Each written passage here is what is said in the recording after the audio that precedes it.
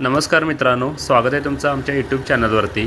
तर आज आहे रामनवमी. तर सर्वात आधी तुम्हाला रामनवमीच्या खूप साऱ्या शुभेच्छा. तर मी आणि प्रतीक्षा आज चाललो आहे गौशाळा आश्रममध्ये, जे टिसकोसगाव येथे आहे.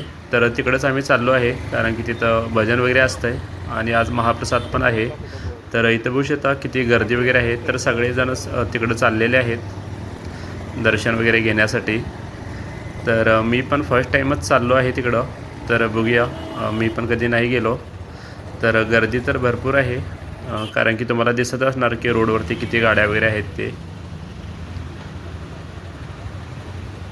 तर पूर्ण व्हिडिओ बघा शेवटपर्यंत, म्हणजे तुम्हाला पण नक्कीच समजेल की कशाप्रकारे इथं गौशाळा आश्रम वगैरे आहे ते. आणि जर तुम्ही इथं कधी आला असाल तर नक्कीच भेट द्या, मन एकदम प्रसन्न असं होतं आहे. तर इथं लेफ्ट साईडला गायींचा गोठा आहे, डाव्या साईडला. चला तर मग पहिला गाडी पार्क करून घेतो. इथं जागा तर फुल आहे, बघू शकता इथं गाड्या वगैरे लावून.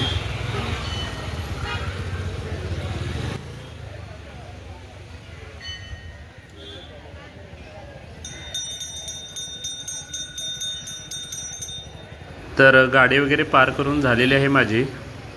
तर पूर्ण व्हिडिओ बघत राहा. तर आता जाऊया आतमध्ये.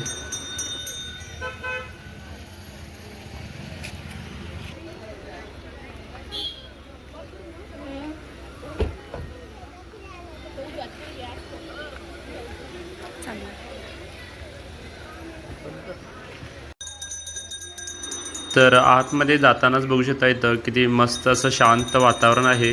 झाडे वगैरे आहेत आणि सावळी पण भरपूर आहे. थोडे भारी आहे. मी फर्स्ट टाइम आलो नाही ते फणसा झाड.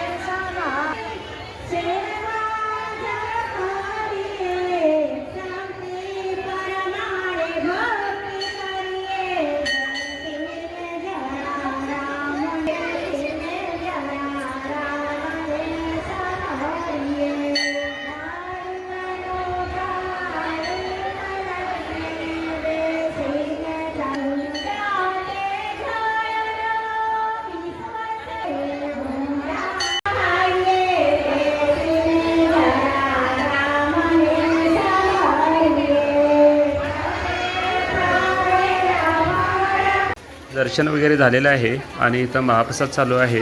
आणि हा जागा स्त्रियांसाठी आहे खास, म्हणजे इथं स्त्रियांसाठी जेवणाची सोय केलेली आहे.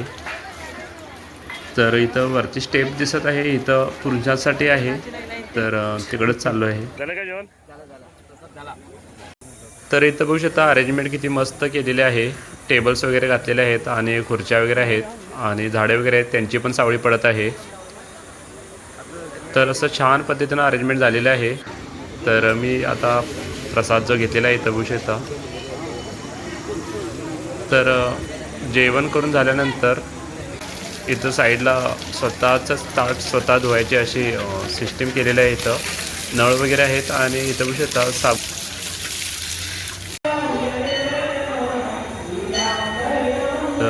गायींचा गोठा आहे.